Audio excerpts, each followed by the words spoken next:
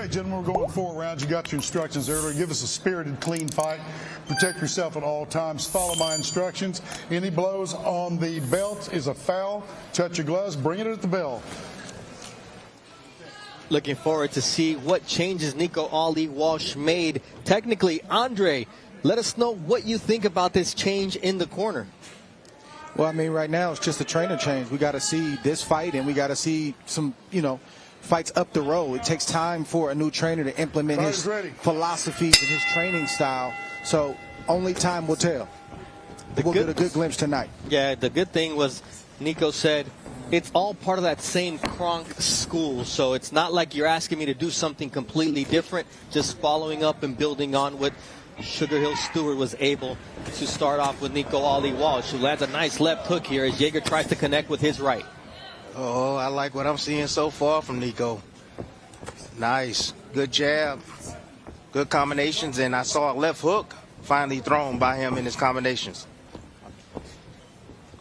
And Bernardo, no matter what trainer Nico Ali Walsh has, they need to stress fundamentals. He's had a limited amateur experience. He hasn't had very many professional fights. They got to continue to perfect his fundamentals, his stance, understanding distance and range, when to use the jab, the different ways to use the jab, all those different things to set up his natural right hand that he has. That's what any trainer that has Ali Walsh needs to be working on.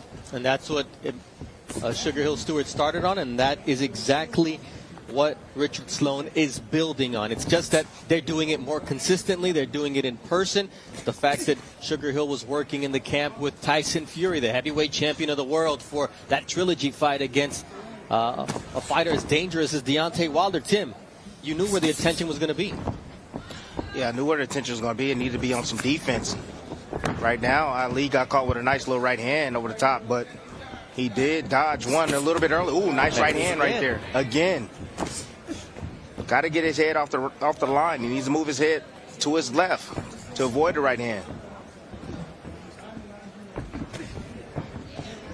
What's interesting is it worked for Yeager, who started off in the southpaw stance, and he's been able to connect that right hand coming from the orthodox stance, and now he switches southpaw again.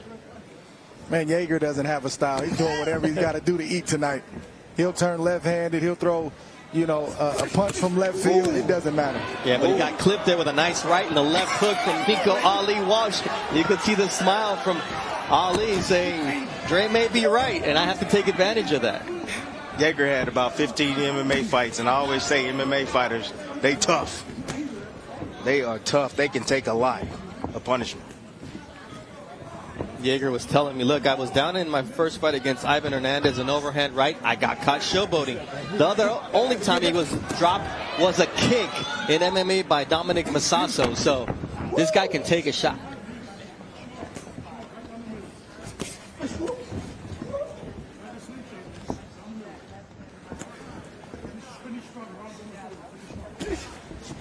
Jab to the body from Nico Ali Walsh.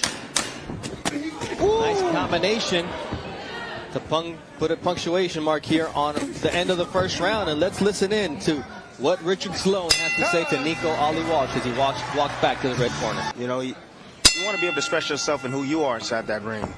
He looks a lot more comfortable now.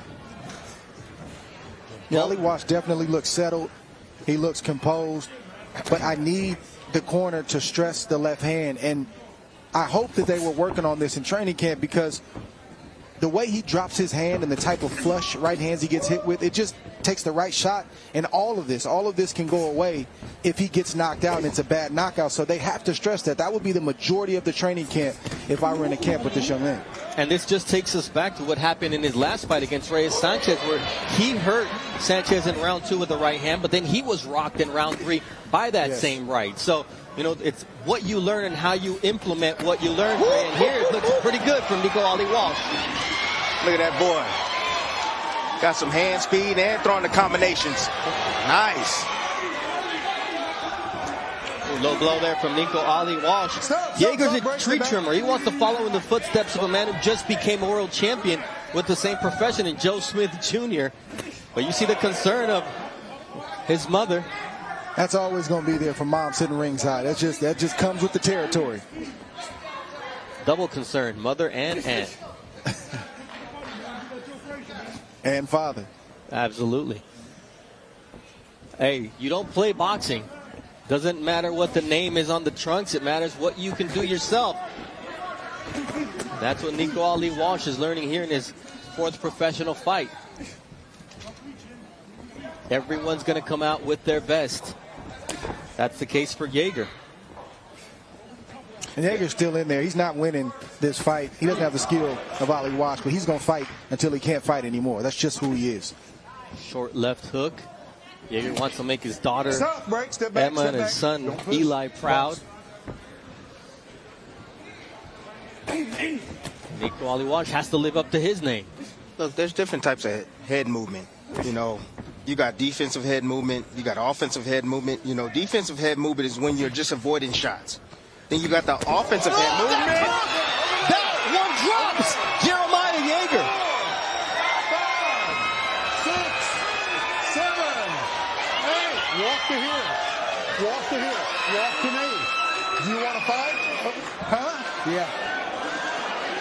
Nico Ali Walsh, known for his right hand. It's the left hook that is putting in work tonight. And there's the combination and the knockout for Nico Ali Walsh in his 4th professional fight.